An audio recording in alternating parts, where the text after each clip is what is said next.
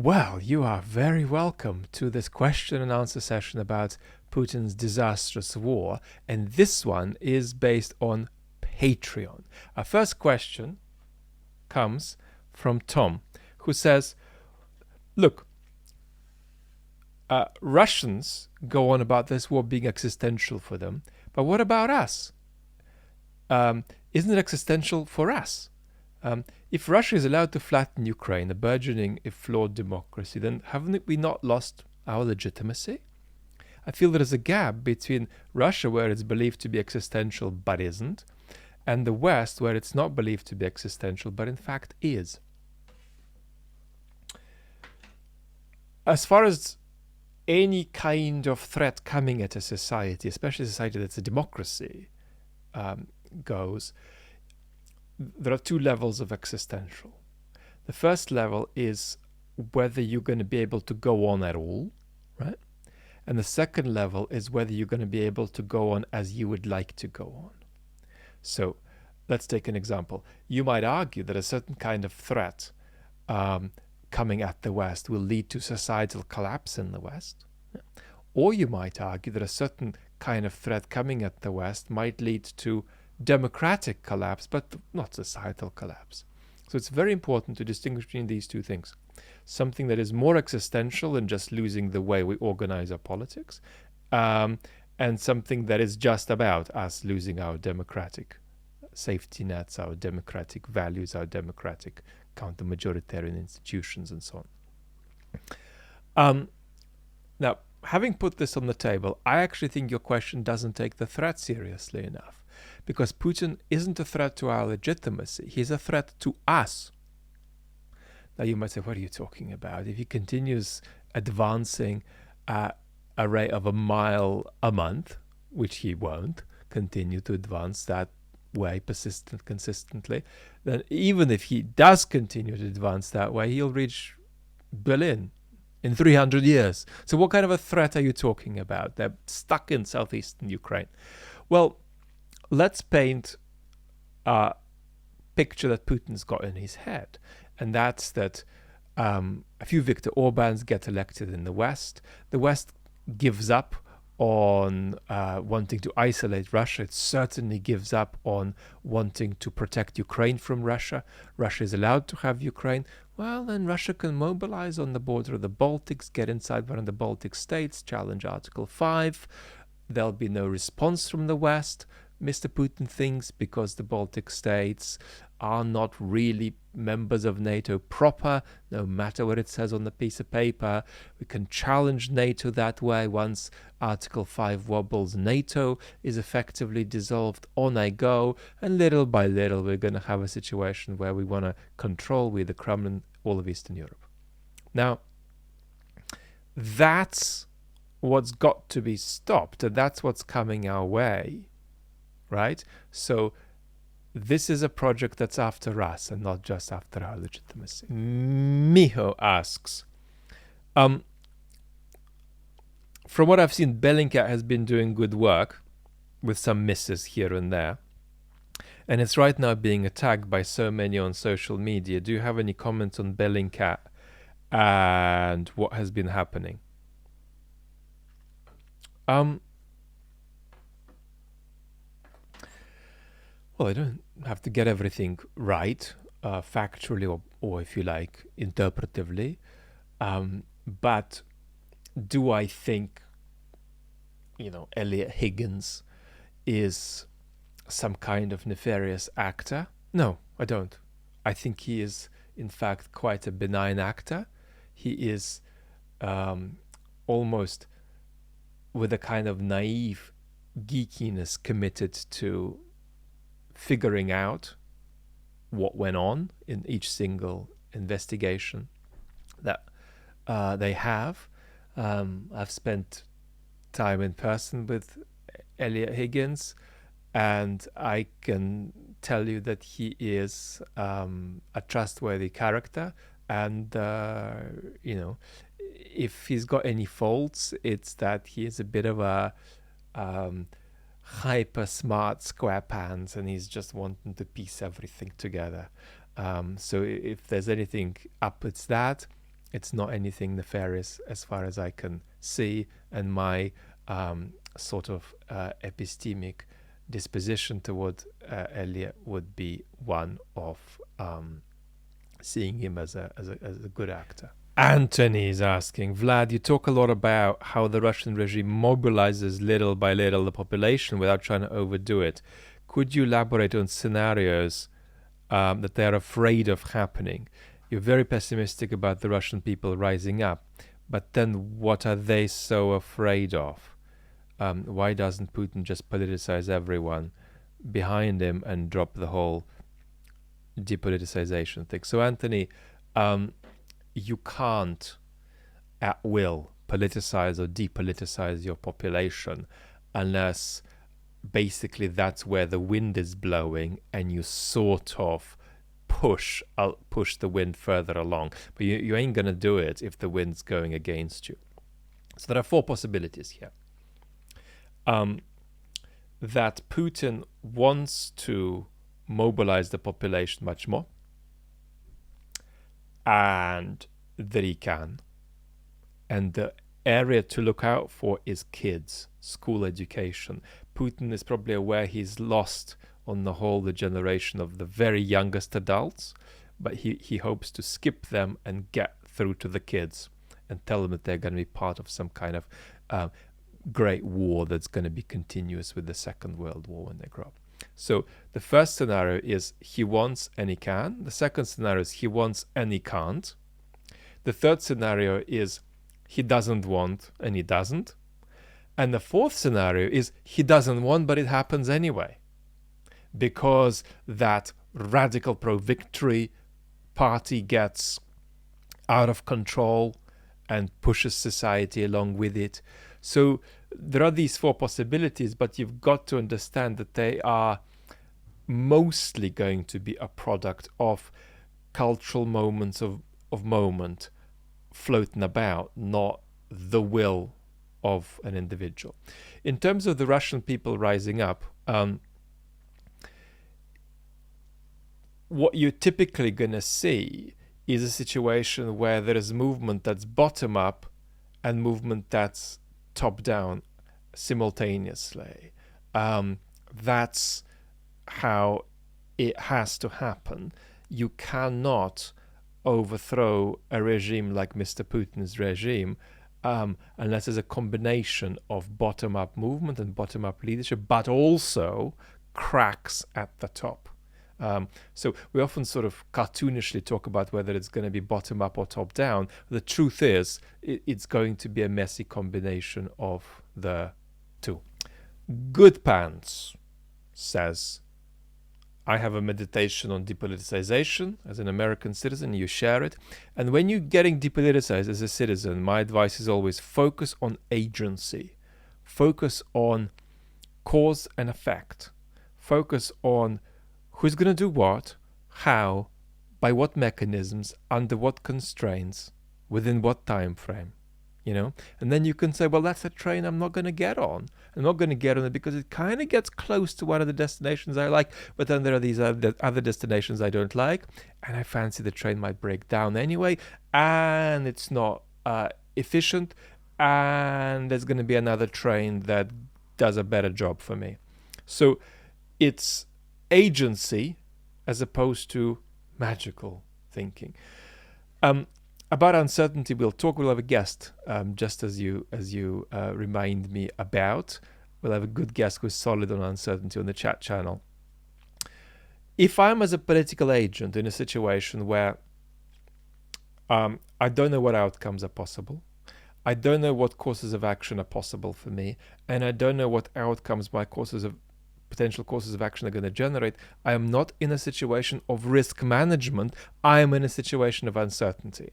And let's not name any particular issues, actual or hypothetical, because that needs a separate conversation. But persistently, policy in authoritarian and in democratic states proceeds with issues of uncertainty as though they were issues of risk management.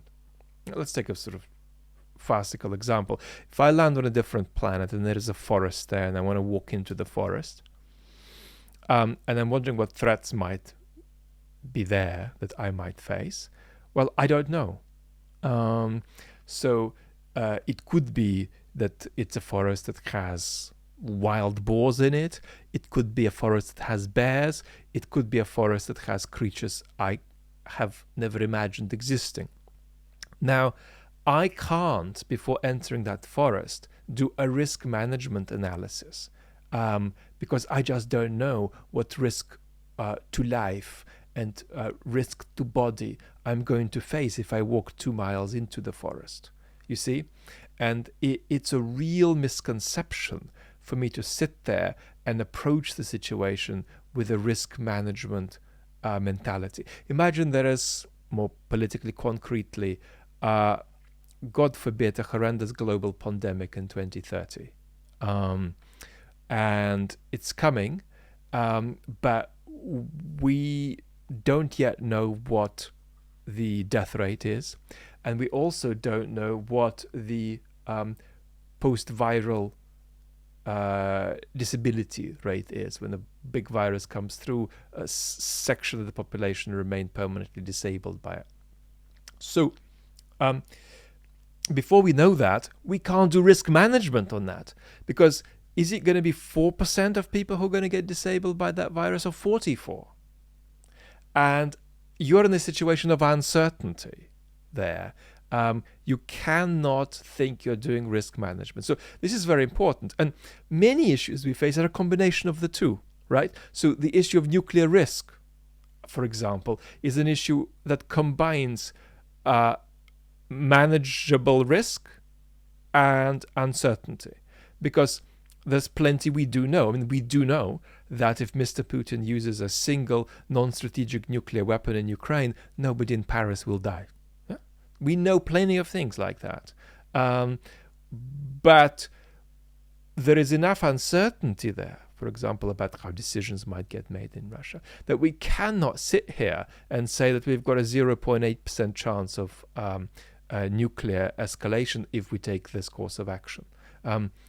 We cannot place a percentage on it. And that's why one of the errors, there's other errors to it too, but one of the errors of people who produce these little graphs on Twitter and say that's the risk of nuclear war in 2023 are talking nonsense, because in the realm of uncertainty, or in what is partially a realm of uncertainty, you can't stick a number on it like that. Our next question is from Benjamin G. Given the atrocities across history, whether it's Bucha, Iran, North Korea, Memphis, how could we spread the blame between individuals, identities, institutions, ideologies? To me, this seems the central question of our time.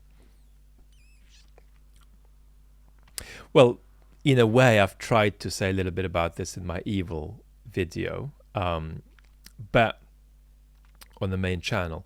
But here is just one thing that I'll emphasize as really very important here. Western culture, because of complex inheritances from Christianity and other sources too, has an unbelievably unfortunate tendency to think that moral culpability dissipates once you establish that there is no blame. So there's a terrible tendency in Western culture to think that blame is it when it comes to, as it were, the question of how people are morally implicated. And that's false. Between blame and zero moral implicature of any kind, there is an ocean of delicate differentiation. So just because we're not putting blame on somebody does not mean that they aren't ethically involved. And I've been screaming a bit about this actually in some of the past videos on the channel, like Brother Putin. But this is an important question that we'll keep feeding into as we talk about different topics. So I'll keep it to this for now. Kristal Kristal asks, I'm so shocked when we look at people who seem to be independent and even progressive thinkers and have a good intellect, and be likable, and then they descend into complete political catastrophe. For example, Mr. Lavrov looked a much saner character years ago than what's happened to him. How does this happen? Why does this happen? How can people change so completely. And then you talk about, might there not be a difference of trust in communication between Russian culture and Western culture, such that a certain kind of duplicity that is an inheritance from the Soviet period is just normal for Russian public officials, and they expect Westerners to be the same, and that creates a problem of communication because Western officials are less duplicitous.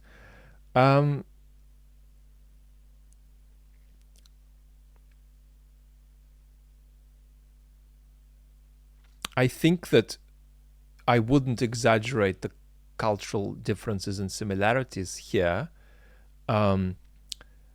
because Russian opposition politicians aren't like that. Boris Nemtsov, who was killed outside the Kremlin walls 2015, wasn't like that. So there are cultural deformations that occur. We've explored in the evil video how that can be caused by cultural factors, how that can be caused by psychological factors, how that can be caused by sociological factors.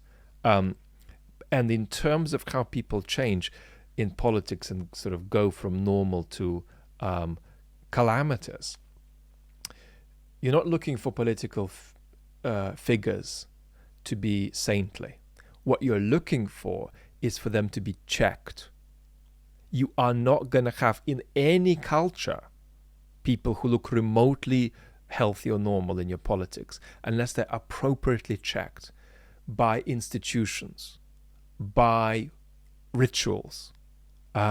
When that goes away, all politicians in every single culture that has ever existed and will ever exist will become loopy. Our next question comes from DA, and you might text me on Patreon to tell me how to pronounce this name, because I'm intimidated to get it wrong. Far too pessimistic what you say about nuclear risk. You say, regardless of how small of a nuke they use, the Russians, it seems to me that we're on the road in that direction. I don't see a path where Putin stays in power and doesn't eventually start down that nuclear path. Russia doesn't have the capability to achieve its goals via conventional means, and when that eventually becomes all too apparent, Putin will be out of options and he'll choose the nuclear one. That's too pessimistic. I do think that Putin losing badly increases nuclear risk. I also think that Putin doing very well increases nuclear risk. So it's not a problem we can just take away by appeasement. It's a very serious mistake that's repeatedly made, because we're going to be exchanging nuclear risk today for nuclear risk tomorrow. There are plenty of blocks on Putin using nuclear weapons, and that includes China. That includes the fact that militarily it might not make sense. That includes all kinds of problems it might cause for Putin domestically, including the fact that he cannot give a command that isn't executed without undermining himself. So there are plenty of blocks on that. And the other thing that's worth mentioning is that Western leaders aren't talking about it. Mr. Biden is not talking about it. But Mr. Biden is thinking about nuclear risk constantly. The central thing that is part of how the West calibrates what to give Ukraine, how to do whatever it's going to do over the next months, all of that is tethered to escalation management. And that's chiefly about how do you not get a situation where Putin uses nuclear weapons. Now, I do think that those who want to take nuclear risk off the table are simply wrong. It's a poor analysis. But that does not mean that Putin using nuclear weapons is likely. I also have special concerning thoughts about how Putin is less closed than we are to World War III. Nuclear strategic nuclear exchange, global strategic nuclear exchange. But the fact that he's more open to it than us doesn't mean that he's open to it. It just means that he is less open to it than us. And we have to worry about it, but it doesn't make it likely at all. So no, we're not en route to nuclear weapons being used simply in virtue of the logic of events. It's much more complex than that, and there are plenty of blocks on that happening. But that doesn't mean we shouldn't see this as an issue we have to keep coming back to and refreshing our understanding of. David M. asks, does the relentless din of Russian TV propaganda actually have an effect on the population? Yes, it has a huge effect on the population. Urban or rural. It has less of an effect in the very biggest urban centers. I mean, in Moscow, half of the people literally don't like Putin. What I have seen of is so spectacularly silly and comical, much more comical than Tucker Carlson on American television. So it has an effect, but its effect is not to persuade. We've talked about this a few times. Its effect is to destabilize your gaze, confuse you, make you apathetic. So the point of this propaganda isn't to say believe us. The point is don't believe us or believe anybody else, because it's hard to know what's true. That's the first thing to put on the table. The second thing to put on the table is that the Russians who might say that they buy into the sort of stuff they hear on the television are going to say not, yes, we believe in it. They're going to say, yes. By the way, my life is very difficult, so can I just move on with that now, please? And there is a very big difference. So this is a process that researchers call acclamation, and Greg Eugene has written some wonderful things about this concept of acclamation, where the regime decides something, and after it's decided that, it uses various devices to make it look as though the population already thought that, by getting the population used to this new predicament, this new position. But the way this acclamation occurs is not through the population saying, oh yes, we're fully behind this. It's through the population typically saying, yeah, whatever, yeah, I mean, yeah. Now, that's where we are, and this will only change if there is some kind of radical increase in the totalitarian turns that Russia has been taking. Until that happens, the way that Russians respond to this propaganda is either by saying, well, we don't believe it, but we don't believe anything else either, or by saying, yeah, that's right, rather than, yes, we're fully on board. Merrie asks, what do you think about the idea that the West has more of an interest in dragging the war out in order to bankrupt Russia instead of providing the means necessary to Ukraine to end the war sooner? It's a factor, but it's not really what's centrally happening. And it's actually almost too positively constructive a picture. The West is reactive in its policy. The West is reacting to what Putin is doing. The West does not have enough of a strategy about what outcomes it wants in Ukraine and what post-war outcomes it wants indeed.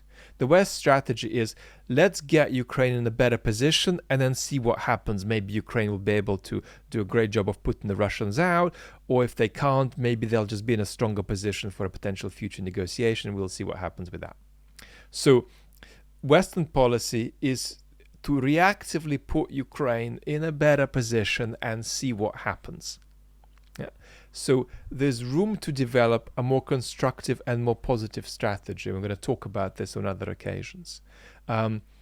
So because this is largely a reactive enterprise, it's not possible to say there is some super smart undercover policy of exhausting exhausting the Kremlin. That's a benefit to the West, but I wouldn't say that that's centrally what is going on. And the main block on doing more for Ukraine isn't actually that there's an enterprise to exhaust Russia. It's that we're engaged in management of nuclear risk. So I think there is real place for what you're saying, but I wouldn't put it near the very center of what's going on. Lots of questions on Navalny's 15-point manifesto. I won't analyze it now, but I'll just say a couple of things about it. Potentially absent are considerations of a more substantive kind about federalism and about interethnic relations in Russia. Very significant is the point about returning to the 1991 borders with Ukraine. And you have to see that as primarily an external message. This is not a manifesto for Russians to engage in now, right? It's not going to make much of an impact in Russia at all. In fact, it's addressed to foreign critics. It says, look, I'm for the 1991 border. And it's addressed to other members of the Russian opposition who have made criticisms of Navalny and who have mocked that line that Navalny said after the annexation of Crimea, when he said that the annexation is illegal and completely unacceptable, but said that Crimea is not a sandwich. You can't just give it back to Ukraine tomorrow. It's difficult and it's a complex process. And so people have been attacking him for the sandwich situation, and this is a response to the sandwich situation. So see it not as addressed domestically, see it as addressed externally to foreign critics, but also to other members of the Russian opposition who might be critical of him. Please bear with me for 2 minutes, because this is a deep but left field question from John A. that I don't completely understand. So I'll have a go. Vlad, you've said that evil is part of the human condition. Can you reflect if illness similarly is, and how? Well, what I would say is that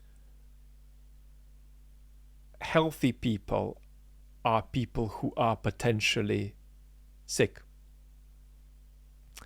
in the sense that life gives us things we didn't ask for contingently, and that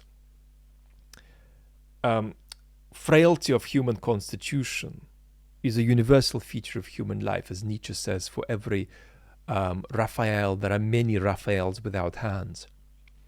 And so that means that there are all kinds of deep ways in which it is a mistake to simply regard people who are ill or disabled as people to whom we need to show compassion.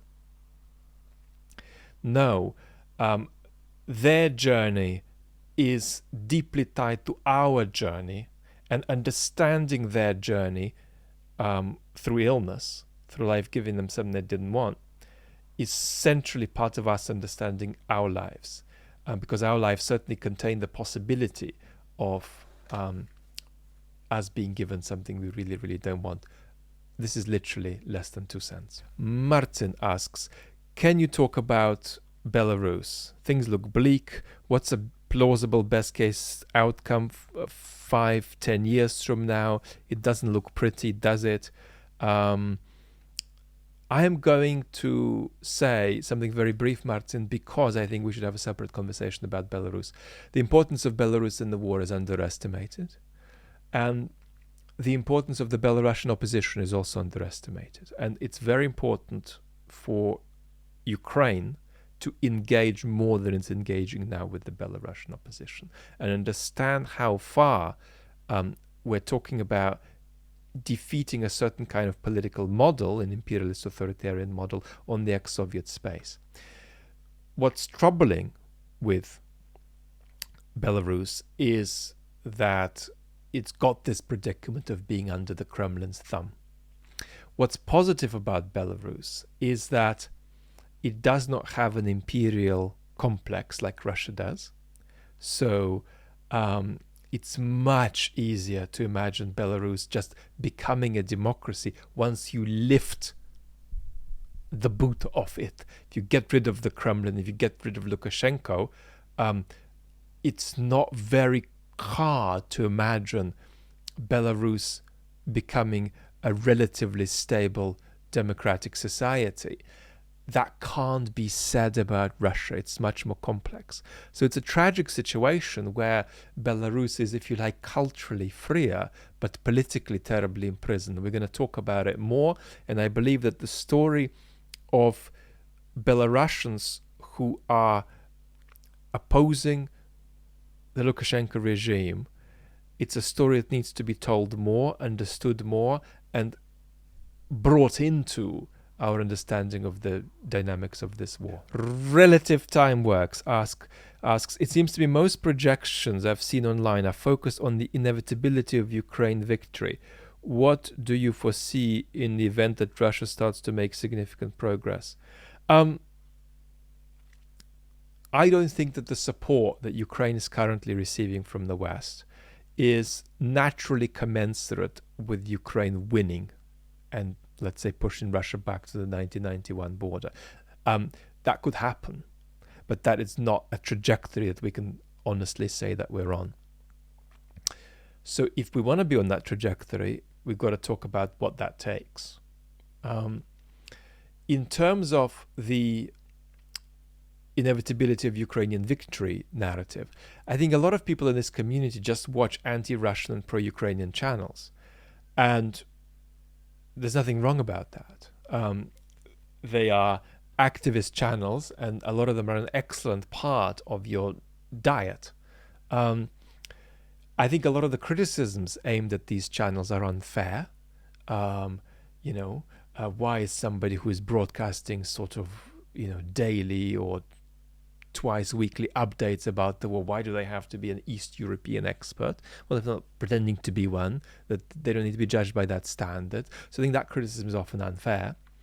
The only real downside to channels that are go Ukraine and lose Russia is that, well, that's the side we take here. But the only downside with these channels is that if you only watch channels like that, you might lose your ability, develop your ability to engage with people who take a very different position, because you might just hang together with people who think that anybody else is a moron, and that's a real risk. And so the main risk of watching a lot of these excellent channels, if you only watch them, is that you might undermine or not develop properly your capacity to engage in conflict constructively with people who are in a very different political place to you on this issue. Much love and gratitude, and talk very soon.